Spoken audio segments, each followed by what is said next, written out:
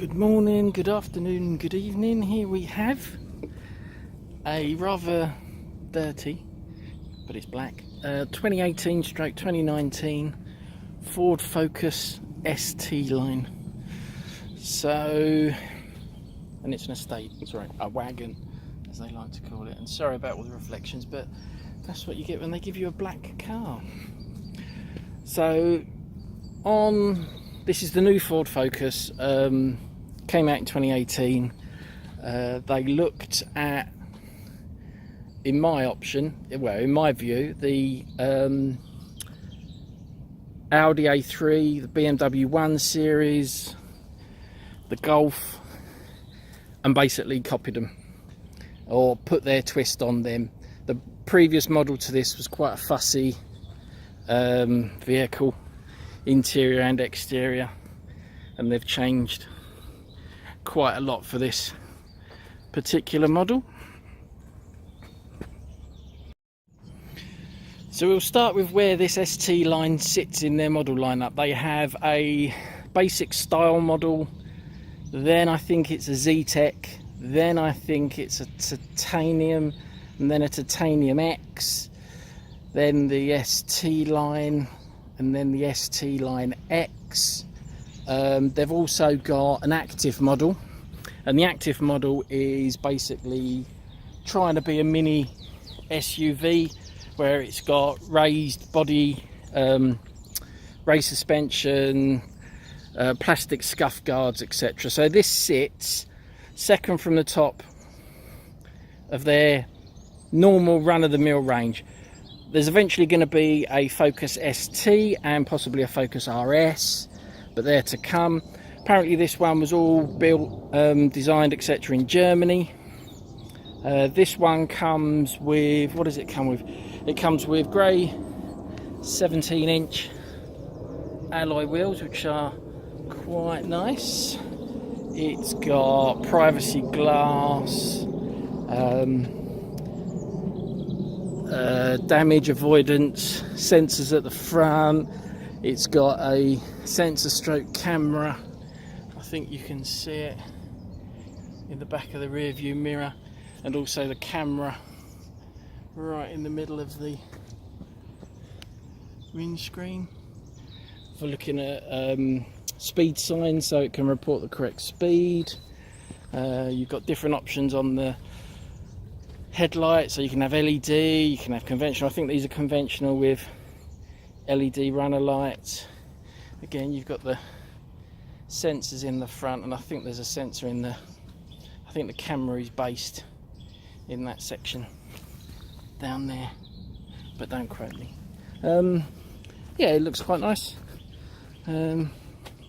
Indicators in the door mirrors, again privacy glass. On this model you also get what I think it's called anthracite, which is basically dark, so it's very, very dark in here. This particular one has full cloth with red stitching. The next model up, which is the ST line X, gets part leather. Okay, so if you look at the dash, it's a lot simpler than the outgoing model. You may notice a bit of a clonk.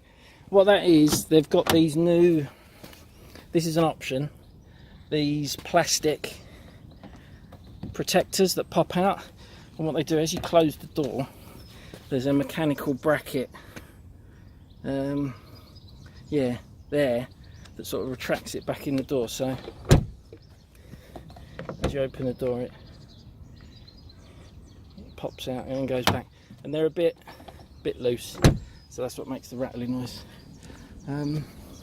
Oh yeah, you also get a lovely little spoiler with a high level brake. You can tell the new Focus because it's got that brand new big Focus badge, which is sort of copying your Land Rover, Range Rover. You also get twin chrome exhaust. This particular model is the 1.5 diesel. I have to excuse the sunglass. So this is the innards.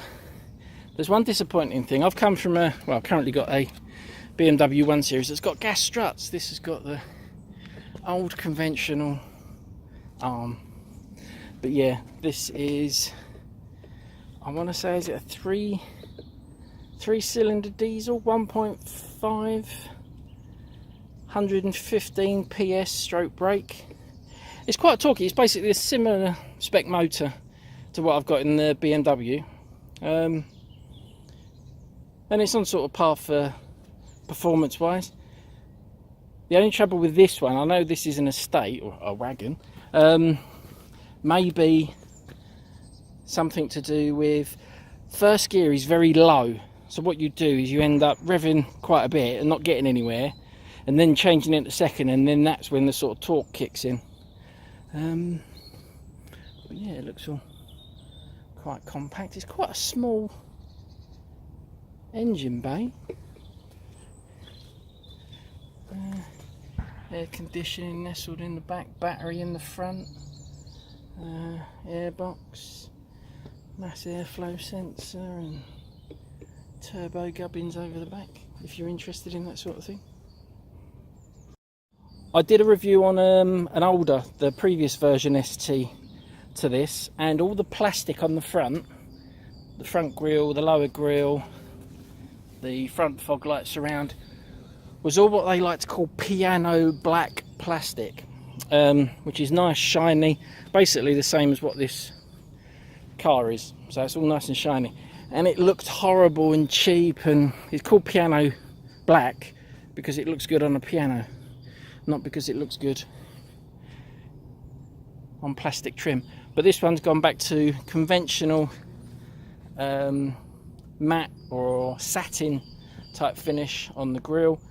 Each model gets a slightly different grille, so the ST line and the ST line X get this particular grille. The top of the range, which is the Vignale, which is megabucks, gets another totally grille with chrome surround, etc. Most cars in this sort of bracket, this sort of the Kia Ceed, the Focus, they've all gone for, if you look at the nose of them, excuse my shadow, they're all pretty much exactly the same. They've gone for this sort of scoop, fake scoop effect on the sides, in the corners. This one comes with Conti Sport Contact 5 tyres. I have seen these with Michelin Pilot Sport 3s or 4s. Again, yeah, this one's got privacy glass, so it's semi-tinted in the back. I'll show you the boot, but it's all full of my rubbish. You get this tonneau cover. It's okay, but once you've released it, some of them have rails that bring it back in, so it has a tendency of flopping about. So you can see we've got a large tall flight case. There's a 12-volt socket in the back. There's door rests and hooks. So these are bag hooks for your shopping. You get one of those on either side.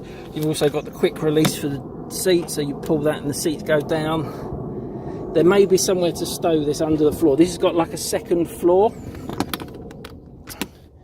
Let's just have a quick look. And what that is, it's a manual part that pulls up, and there's like a space underneath it for fitting all your everyday stuff that you keep in there. So as you say, we've got 12-volt socket, we've got a 60-40 split, 3 seat belts in the back. These sensors, you see you're familiar with the normal reversing sensors. They have them on the corners here, because there's a feature on the vehicle that when you're manoeuvring and reversing, it gives like a full 360-degree awareness of when you're getting close to things. I'll show that later when we go inside and look at the instruments, but never get a black car. Never.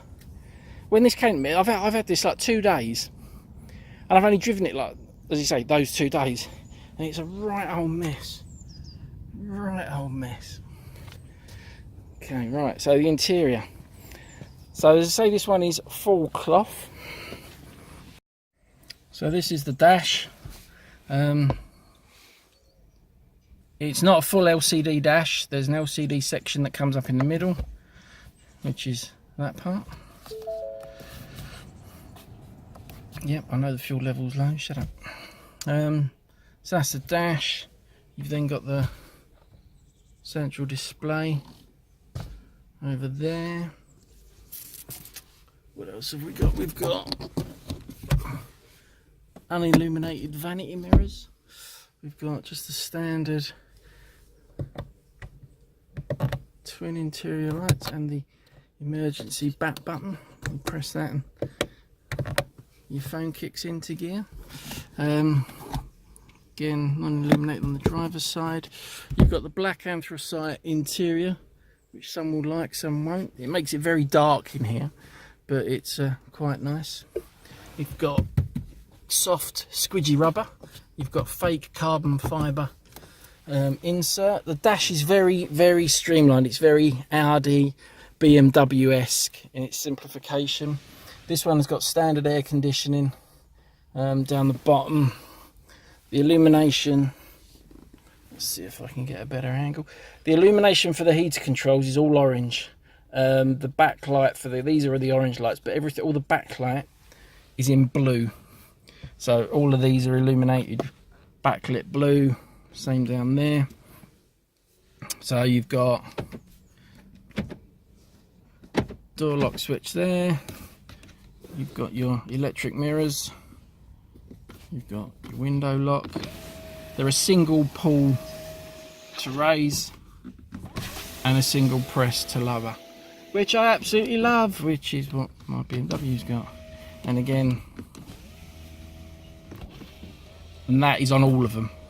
So it's not just the front, it's a single raise and lower on all of the windows. Again, there's the fake carbon fibre trim in the door, and the door handles. Anything that is sort of silvery chrome or got metal is like it's like a brushed satin aluminium on there. So you've got your standard steering wheel, your horn, you've got your limiter, not power steering, your cruise control settings here, which I don't use, which I think is a total waste of time in the UK. You've got your audio up and down and your mute. Over on this side, you've got your menu system. You've also got your phone, so you've got your voice command, pick up, hang up, and this is your voice. So you've got OK, so that's a press button, and it's an up and a down.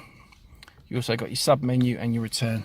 So when you're in a information, so you've got on this particular screen, when the navigation isn't being used, you'll have a standard compass.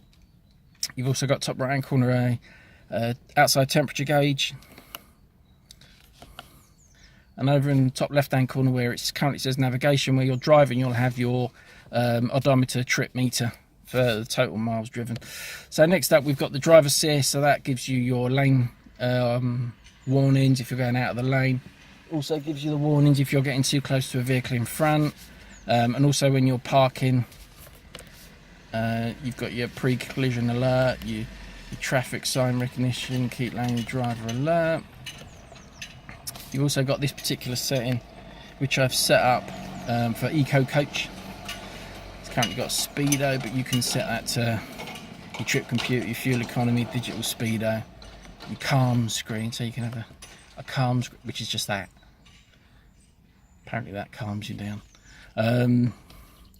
You've then got your sort of trip computer one. You've got different trip computers that you can set up with different options. Maximum amount you can have displayed is the 4 items, so it's a 2x2 square. Again, so you've just seen the proper mileage pop up. You've then got the settings, so that's where you'd go in. Information about the vehicle, change the display, the driver assistance, vehicle settings, alarm system, whether you want a full alarm, part alarm. You can't change the interval, because when you... Oh, wrong one. When you just lightly press the indicators, you get a three click and then it cancels. You can't adjust that. You can't get rid of that really cheap, horrible sounding indicator sound, which I wish you could. So So you've got on this one a fuel gauge and a temperature gauge. So one thing that I don't think BMWs have is a temperature gauge, and you're always sort of like, hang on, I hope the computer's keeping an eye on it. But anyway, so getting back to there, you've got a device connected, so that'll be your phone, so you can go in and redial stuff, etc., and look at what's called. You've then got what you're currently listening to, or what the audio details are for what you're listening to, and again back to the compass. So currently I'm listening to an audio book, which is on there, but if you click on home, this will take you back to the main screen where you've got navigation, what you're listening to, what's connected, so you can go to the phone, have all your contacts. You can upload, when you connect your phone, you can upload all your details, all your contacts, etc. into here, and you can read and look at your text messages. This will be the navigation, so destination, you can search, look at previous, go to your home. It's pretty good, it'll accept postcodes. You can find parking, so it's currently searching for parking for where I am, so it's got stuff there. You need to find fuel, simple, single button and it will search, tell you what the garage is, etc., and you can scroll, highlight it, start, and it will navigate you to it. So it's a really good system. I've had this hang on me once, where basically it was still navigating, it was still following where I was going, but it had totally become irresponsive. After about 5 minutes, it actually reset itself, rebooted, and I haven't had any trouble since. But I've only had this car, what, 2 days, 3 days? 2 days. And it's already done it once. So you then got settings, so you can go and change your clock format, etc. This one's got basic sound, and the basic sound system on this, to coin a phrase, is crap. It's woeful. It's fine if you're just listening to people speaking. So if you're listening to Radio 4 a lot, or audio books, etc., it's great. As soon as you put any sort of music through it, whether it's classical, rock, dark, anything, it's woeful. It just hasn't got the separation or the clarity. I know you can say, oh yeah, but it's a car. But I've just come from a 1 Series that's got a basic standard stereo in it, and the sound out of that is far superior to this. And this is supposed to be sort of like an upgraded, top of their-ish line model. But anyway, you can get the optional speaker package that upgrades everything, and hopefully that'll be a lot better. So you got adaptive volume for when you're running, DSP occupancy, so that's whether it's, if you're in there, if you're the driver on your own, it will change the it will change the sound and concentrate it just for the driver. You've got your mobile apps, you've got your iSync Connect, so that allows you to be like a vehicle hotspot, so that everyone in the car can sort of connect to the car's Wi-Fi. Excuse me. Connect to the car's Wi-Fi and use the car as like a mobile hotspot. I think it's called Ford Pass Connect. Don't quote me on that. And it's like I think you get, depending on what model you get and how you get it, it's probably one of these things they'll throw in as an incentive to buy them. I think you get a year or 2 year, and then you have to subscribe after that. So all you're basically paying for is the SIM card that's in the vehicle already. Display general update. So this is basically, as far as I know, this is an Android device running an Android OS. So this is basically like your phone that's integrated with a car. So obviously it's going to want updates. Yeah, you've got vehicles, you've got camera settings, front and, so that's the rear, and enhanced park pilot, so allow you to park. Apparently on the automatic, it does it all for you. It steers for you, it drives forward. I think all you've got to do is put it in drive and reverse, but you leave everything else alone. It does the brake for you because it's an electric brake, so you've got your electric handbrake. I'm still yet to find out what that is, but anyway, you got the cup holder, which is there. The previous model, what the previous model had, you had the cup holder in similar location, but for tall cups, what you could do is you could take a section out and it would drop down, so the cup would sit there. But I've put my cup in here, which is I think they class it as like a 16-ounce cup, so it's about 10 inches tall, and it sits in there fine. Because the main bugbear that I have with a lot of these cars that I get in, the BMW has the cup holders in front of the gear stick, which is brilliant. You're not resting your arm or banging your arm. Most other cars that I've seen always have the cup holder somewhere here. And when you're driving and you've got an armrest, what you have a tendency of doing is keep banging on the cup, or you have to keep going around the cup, or you have to go out and get a thermal cup that's really short and will fit in the hole, which is a pain in the bum. But yeah, we've got the parking assist there. We've also got, I don't know, what does that do? Turn something on and off. Oh, that's the side select. So say, right, if you don't know how to find a parking spot, we'll do it all for you. So you drive around and the front sensor and the rear sensor go, oh yeah, this is a gap, yeah, we can get. It's basically for people that don't know how to drive. You've got your auto start stop, switch it off. You've got your traction control, and then you've got your 3-mode. By default, it comes in normal. You then press it, it goes to eco, so it drops everything and makes it all environmentally friendly, man. And then you got your sport. I would have thought it would be eco first, then normal, and then sport. Because on BMW, you've got standard is eco, then you go to comfort, and then you go to sport. Oh, it's telling me it's going to switch everything off. So down there, that can be closed. You've then got an adjustable front and back small armrest that pops up. So you've then got a place to store stuff. You've got this removable plastic container, so that gives you a size. There's 2 standard memory sticks in there, and then within there you've got a pen holder, because that's where you're going to want to keep your pen, and a USB, and that goes quite down. That's about what, 7 inches. Once you put that in there, once you put the tray in there, you've probably got 5, so you can store a fair amount of rubbish. And my gimbal's just decided to go spastic. There's no, on this model, there's no sort of some models have a pocket there that flips out for putting your sunglasses. There's nothing on there. It's got the auto dimming rear view mirror, which is an absolute godsend. I think that's about it. Oh, down here we have your quintessential. I think Ford, this is a trademark with Ford to have this cubby down here. But it's weird because it's not long enough to put anything in, really. You can't put a decent mobile phone in it. Can't put a set of sunglasses in it. So I don't know what you put in there. Change? But then, that's what I think that's for. There's a little cubby hole there for like change, for tolls, etc. But anyway. Okay, so, and then up here we've got your standard headlights. So you've got automatic, standard dipped, side, shut up, off. So you put that to automatic, and the automatic, it's got a sensor. So it says you've got front and rear fogs. You've got your brightness adjustment for your interior lighting. It's a standard manual adjust steering wheel. So you pop that down, pull it, push it. The start button's on a weird, sort of put that down. Start button's on a weird angle, and you think, oh, that's a bit weird, but what you can do is you just rest your fingers on there and you can just press it with your thumb. So if it's you don't even have to look down, you just put your hands there and it falls where your thumb is. So it immediately falls where your thumb is.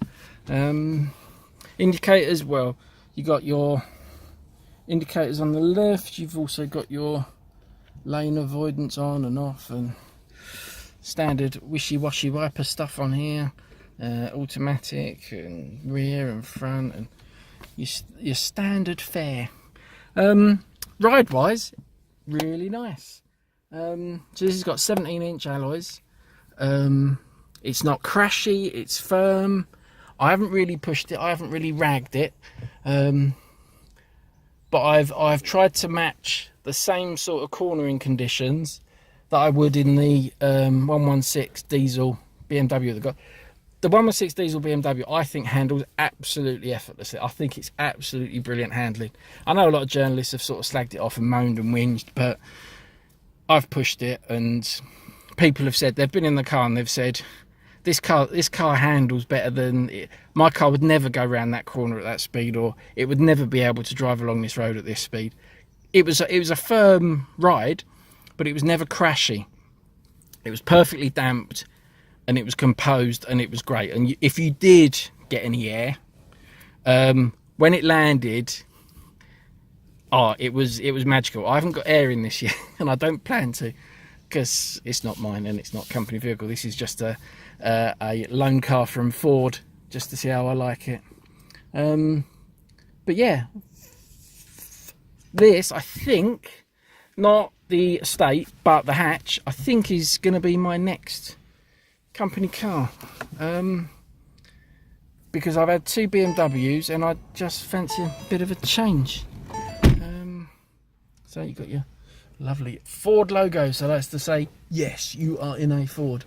And I'm pleasantly surprised. I really like this car. There's nothing that's sort of, I say, outstanding. It's very adequate and it's very nice. It seems very well bolted together. There's no rattles. The only rattle I've had was when I had my tin mug in here. There's illumination in here. Let's see if I might be able to. Yeah, you can't really see it, but you see that blue light? Let's see if I can adjust this camera. You see? There's very discreet blue lighting on it. There's also there's a little blue light in here that shines forward to illuminate lightly what's in there. The only thing I had is my cup was sitting in here, and because these are hard plastic all around, even this, it just had a couple of mil either side, and it was just every now and again it was just rattling on the side. That was all, but that can be easily rectified. It's simple little things like that. If your car is your office, a little annoying rattle or a bit of trim that doesn't fit properly and rattles gets so annoying, because you're in your car for umpteen hours a day, 5 days a week. You don't want those little rattles. They just get really annoying. But no, I think this is where we're going to leave it. So as I say, the Ford Focus ST line. Thank you and goodbye.